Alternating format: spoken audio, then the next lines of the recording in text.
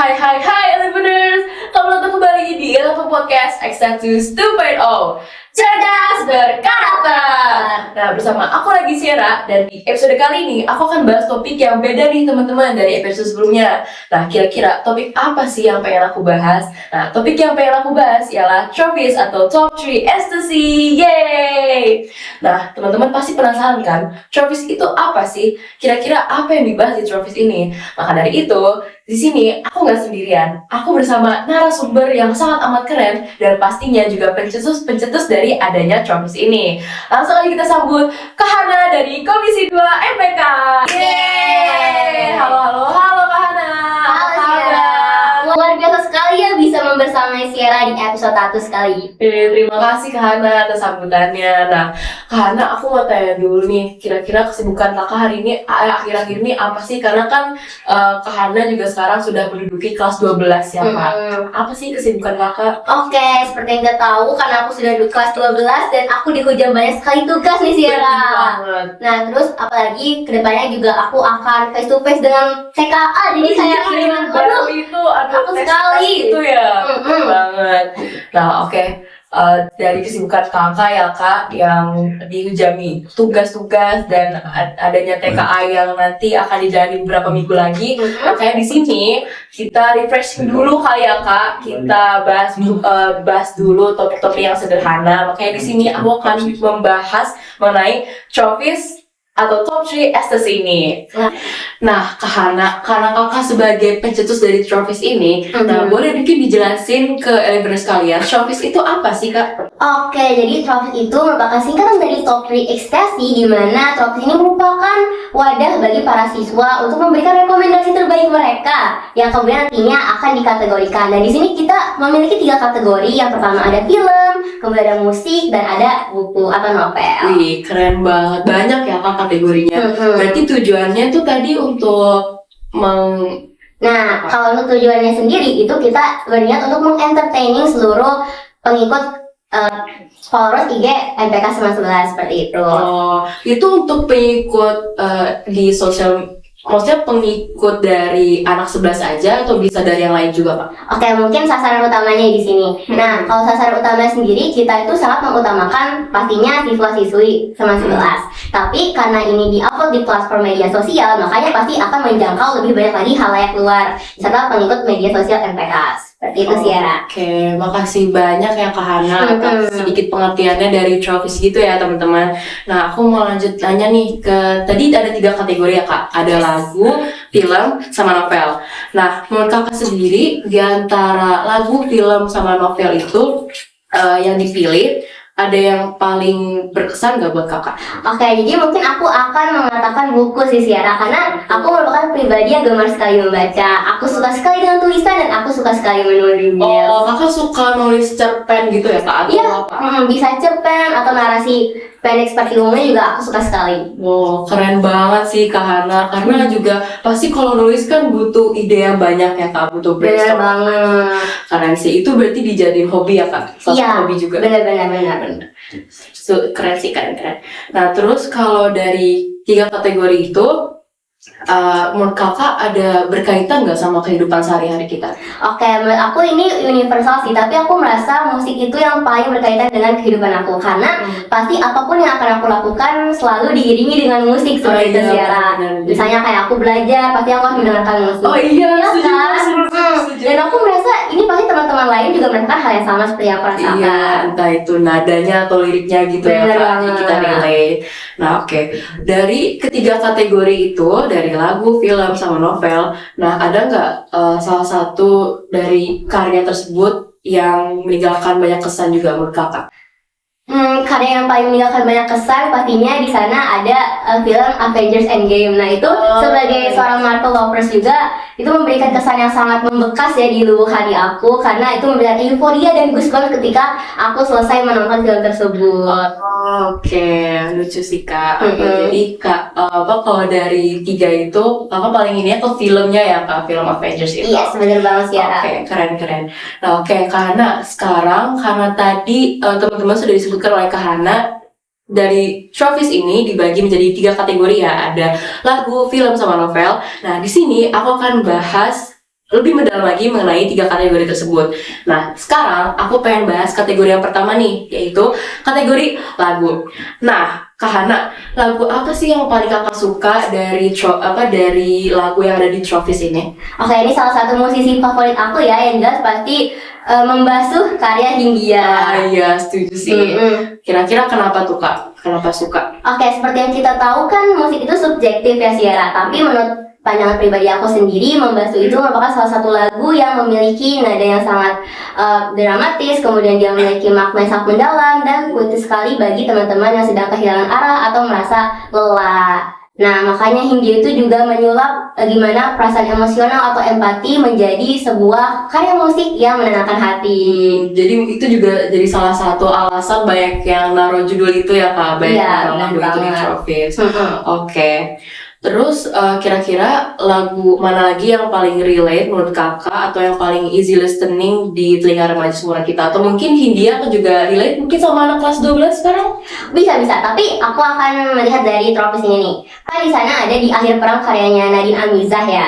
Nah, itu cukup relate untuk para anak kelas 12 mungkin yang sedang berperang untuk kemudian melanjutkan tingkat pendidikannya yang lebih tinggi. Kemudian kalau misalnya easy listening, mungkin aku akan mengatakan Bila Kau Tadi Sampingku karya Sheila on Seven. Tahu kan?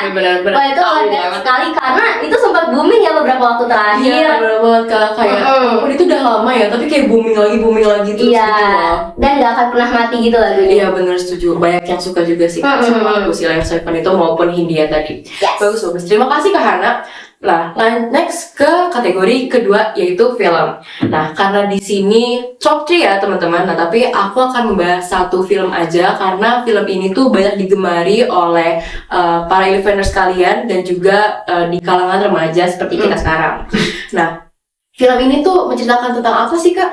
Aduh, 500 Days of Summer itu kalau diceritain kayak film horor yang gak ada hantunya sih ya. Kenapa tuh? Karena itu tuh seperti menceritakan tentang realitas romansa, yang dimana tiap romansa itu gak selalunya berakhir seperti di dongeng-dongeng. Nah, ini tuh dimulai dari tokoh yang bernama Tom Hansen.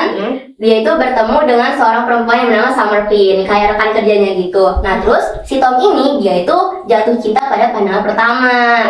Dan dia menyatakan itu ke Summer. Tapi Summer ini bukan tipikal orang yang ingin masuk ke hubungan dan bawa karya lebih serius gitu.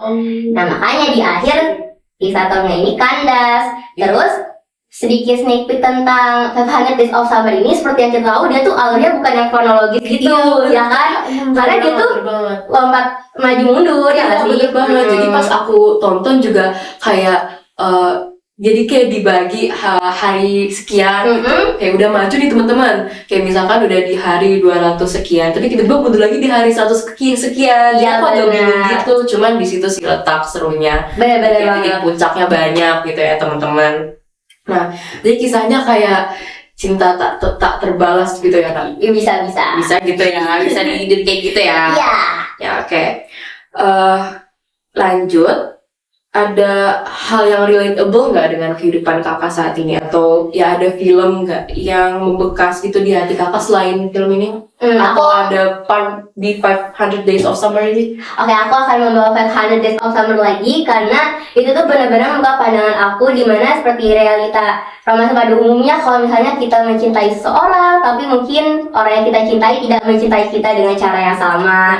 Tapi itu justru memberi kita pelajaran juga untuk lebih melihat dengan keadaan sebenarnya atau menjadi pribadi yang lebih berkualitas lagi seperti itu. Karena POV-nya kan juga beda-beda ya Kak. Dari si Tomnya kayak gini, tapi dari Summernya kayak gini. Iya benar, banyak sekali mispersepsinya ya. Bener banget. Oke, kalau kakak dikasih kesempatan lagi nih buat nonton film 500 Days of Summer ini lebih awal lagi, kakak mau nggak kira-kira? Waduh, mau sih, pasti mau, karena meskipun aku akan dipatahkan hatinya untuk yang kesekian kalinya, tapi aku akui 500 Days of Summer itu sangat membekas, dan aku harap teman-teman lain juga bisa merasakan patah hati yang sama dengan apa yang aku rasakan. Jadi worth to watch lah ya, at least sekali seumur hidup gitu ditonton. Benar-benar. Oke. Terakhir pertanyaan untuk 500 Days of Summer ini, kan karena dari sedikit garis besar mengenai film ini kan jadi banyak perspektif dari beberapa orang di sosial media kan. Yes. Nah, ada juga jadinya membedakan tim Tom dan tim Summer. Aduh, iya bener. Kakak tim Tom atau tim Summer? Aduh, ini pertanyaan yang sulit sekali ya, karena menurut aku di antara kedua itu nggak ada yang salah, tapi emang cara mereka memandang sebuah hubungan itu berbeda aja sih ya. Iya sih, benar. Jadi kuncinya apa tuh Kak? Kuncinya ya Kuncinya komunikasi. komunikasi. Komunikasi. Bener banget teman-teman. Dan Ya. jangan terlalu terbawa perasaan. Bener banget. Oke, setuju Kak, setuju. Tapi Terima aku mau kasih. tanya nih sih ya, Apa tuh? kamu memihak ke salah satu tim gak nih? Aduh, gimana ya? Ya sebenarnya aku setuju sih sama yang tadi Kakak bilang. Karena kan mereka berdua punya POV yang beda, jadi Bener mungkin banget. ada alasan tersendiri. Tapi kalau aku sih tim Tom ya. Ya cuman Bisa. untuk sekarang. Nanti kalau aku mau rewatch lagi mungkin bisa beda. Ya, nanti kalau nanti ada teori-teori lagi aku beda. Gitu. Ya, Oke. Lanjut nih Kak ke kategori ketiga atau kategori terakhir nih teman-teman, yaitu novel. Nah, sekali lagi teman-teman, karena di sini top 3, aku akan bahas satu novel aja yang banyak digemarin oleh para Eleveners yang memasukkan novel ke trophy ini ya. Nah, novelnya ini ialah 1984 dari George Orwell. Nah, karena novel ini tuh tentang apa sih? Soalnya dari cover bukunya aja ya, aku lihat tuh agak berat gitu loh topiknya. Dan aku juga udah baca resensinya, itu kayak sangat-sangat gitu. Oke, ini pertanyaan yang bagus banget ya, karena sudah menyangkut yang berat-berat nih. The 1984 itu dimulai dari seorang tokoh yang bernama Winston Smith. Nah, dia ini tinggal di negara yang bernama Oceania, dan Oceania ini dipimpin oleh seorang sosok misterius yang dinamakan The Big Brother. Nah, terus Winston Smith ini karena negaranya berbasis totaliter, jadi kan setiap kekuasaan berada di tangan pemerintah kan, kekuasaan terbesar. Nah, sebelumnya aku mau tanya nih Sierra, gimana, apa yang akan kamu lakukan kalau kamu menjadi seorang penduduk di negara totaliter di mana seluruh gerak-gerik kamu itu diawasi, mulai dari kamu bangun pagi sampai kamu tidur lagi. Aduh, pastinya gak nyaman sih Kak. Benar, pasti kayak nggak ada rasa leluasanya kan. Iya, kepikiran terus, was-was gitu loh. Oke, jadi itu secara garis besar tuh kayak kita apa-apa diawasin gitu ya Kak. Bener Kita gerak diawasin, kita komunikasi diawasin, kita bahkan berpikir aja kayaknya kita ngebantu tuh diawasin ya Kak. Bener banget. Nah, nggak leluasa sih Kak, was-was pastinya. Nah, jadi walaupun ceritanya ini ternyata jauh banget dari kata romansa. Nah, kira-kira novel ini cocok gak sih Kak dibaca sama remaja seumuran kita? Kalau menurut aku, ini memang salah satu novel yang cocok sekali untuk dibaca ya. Karena kan George Orwell sendiri atau The 1984 sendiri ini itu tuh sangat memojokkan ke arah kritik sosial dan politik ya. Dan dimana kritik sosial itu sangat relevan hingga masa sekarang sih ya. Gak hanya itu, pembawaan dari The 1984 sendiri itu menggunakan bahasa yang sangat berat dan susah untuk dimengerti, tapi menggugah juga kan. Nah, ini tuh salah satu poin plusnya karena itu tuh bisa menambah cara kita untuk berpikir. Jadi kita bisa melihat novel tersebut dengan sudut pandang yang berbeda dan dengan sudut pandang yang lebih kritis. Kemudian karena ini temanya distopia yang sangat realistis, itu tuh George Orwell memperlihatkan kepada kita bagaimana di masa depan jika ada negara yang kekuasaannya itu tidak bisa dikendalikan. Jadi kayak menakutkan sekali. I see. Walaupun berat banget ya Kak kedengarannya topiknya, tapi sebenarnya kalau dibaca sama kita juga ya ditambah kita Gen Z ya Pak. Jadi bisa jadi POV dan bisa jadi POV, pandangan baru, pengetahuan baru buat kita mengenai politik-politik sekarang ya Kak. Benar sekali. Benar. Oke. Kalau selain dari novel 1984 ini, kira-kira ada novel lain nggak Kak yang mirip-mirip untuk Kakak rekomendasi ke listeners kalian? Masih tentang George Orwell, di sini aku ada rekomendasi bukunya George Orwell juga yang berjudul Animal Farm. Ya banyak tuh Kak yang Benar-benar. Ini banyak banget dan salah satu bukunya yang paling populer. Nah, jadi kalau misalnya teman-teman mau masuk ke arah kelas dunia klasik, novel klasik itu bisa dimulai dari Animal Farm karena pembawaannya itu tidak seberat The 1984. Jadi karena kan kalau The 1984 itu karena bahasanya berat, jadi kayak memerlukan konsentrasi yang tinggi kan. Bener banget. Nah, tapi Animal Farm itu bisa kita cerna dengan lebih mudah. Oke, jadi bedanya kalau Animal Farm itu permulaan dulu ya Kak, baca yang 1984 ini, karena bahasanya ya bisa lebih mudah gitu kan untuk dicerna. Iya, tapi bentuknya tetap sama konsepnya. Konsepnya tetap sama. Benar-benar. I see. Nah, Kak Hana, kayaknya kita udah ada di penghujung obrolan kita deh. Waduh, gak kerasa sekali ya. Gak kerasa Sangat banget. seru banget nih. Serunya saking excitednya ngebahas film, novel, lagu. Nah, tapi sebelum ditutup nih, sebelum benar-benar di akhir banget nih, aku ada satu pertanyaan buat kakak. Apa tuh? Nah, di luar Showbiz, kakak ada nggak rekomendasi lain dari film, lagu maupun novel untuk elephants kalian nikmatin? Oke, aku sebenarnya mau nanya nih, kamu suka nggak sama artis Daniel Caesar? Aduh, Daniel Caesar ya. Kalau udah dengar Daniel Caesar, aku langsung kayak, wah kayaknya aku klop banget nih sama orang ini. Aduh, keren. Aku suka banget sama Daniel Caesar. Kakak suka lagu Daniel Caesar yang apa tuh? Aku suka ini yang salah satu yang paling populer juga. Ini Always. Itu menurut aku Always itu bener-bener yang kayak klop banget sama diri aku dan easy listening banget. Bener, setuju sih Kak. Selain lagu, mungkin ada novel maupun film yang bisa kakak rekomendasiin juga? Kalau novel, aku merekomendasikan salah satu yang masuk di Tropis juga, itu Ronggeng Dukuh Paro yang ditulis oleh Ronggeng Dukuh Paro. Oh, itu novel. Karya siapa tuh Kak? Karya Ahmad Tohari. Tentang apa kok tuh kalau boleh tahu? Ini itu tentang bercerita tentang serintil, dia hidup di sebuah pedesaan gitu. Nah, ini juga mengangkut tema 1965 atau tentang komunisme. Jadi mungkin ini agak berat juga. Tapi itu salah satu yang worth untuk dibaca karena itu benar-benar membuka wawasan dan pengetahuan kalian. Oh, karena kayaknya suka banget ya Kak baca buku yang topiknya berat gitu ya. Suka sekali. Suka banget ya, tapi maksudnya bagus sih Kak. Ya, kayak tadi aku bilang, kita jadi ada pandangan baru juga gitu. Nah, itu kalau novel. Kalau film kira-kira apa Kak? Karena ini aku nggak mau terlalu keluar konteks, ini tuh mirip-mirip sama The 1984. Namanya itu The Hunger Games. Dia tuh kayak series sih dan berkelanjutan. Jadi kayak kalau misalnya kalian mau menonton film yang bertemakan tentang distopia, itu kalian bisa banget nonton The Hunger Games, dimana dia tuh juga ada sistem hierarkinya sendiri dan itu seru banget guys. Oh, itu series tapi ya?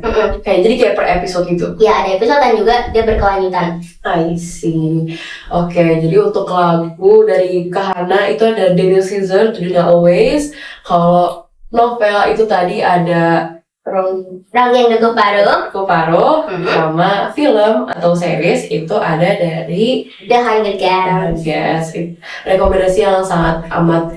Aku belum familiar sih dengan rekomendasi kakak ini. Ya mungkin juga karena sekarang aku juga jadi tahu, bisa teman-teman jadikan resensi juga rekomendasi lagu, film maupun novel bisa teman-teman dengerin maupun tonton di rumah ataupun baca di rumah. Nah teman-teman, gak kerasa ya, ini the real kita udah ada di penghujung akhir obrolan aku dengan Kak Hana hari ini. Bener-bener obrolan kita tadi seru banget ya. Ya, menyenangkan sekali. Dan ternyata ya sayang banget udah harus selesai hari ini. Ya, jadi ya teman-teman, dari obrolan aku dengan Kak Hana hari ini banyak banget inspirasi yang diberikan dari Tropis, mulai dari lagu, film maupun novel yang merekomendasi teman-teman sekalian. Seperti lagu mungkin bisa dijadikan teman belajar teman-teman sekalian di rumah. Untuk film juga genre film baru teman-teman mau coba, begitupun dengan novel. Terima kasih banyak kepada Kak Hana yang sudah menyempatkan waktunya untuk hadir di podcast hari ini, yang sudah memberikan juga Tropis itu apa, sharing-sharing juga ke teman-teman dan juga ngasih rekomendasi lain ke elephants sekalian. Semoga kita dapat kesempatan lagi ya Kak untuk ngobrol di lain waktu. Wah, akan dinantikan sekali ya. Ya, terima kasih banyak Kak Hana, dan semangat untuk Kak Hana yang sekarang udah kelas 12, semangat mengerjakan tugas-tugasnya, semangat menghadapi TKA yang akan dilaksanakan nanti. Terima kasih banyak Kak Hana. Terima kasih banyak juga untuk elephants sekalian yang sudah nonton episode hari ini. Jangan lupa like, comment, share, and subscribe. Sampai jumpa di next episode. Cerdas berkarakter.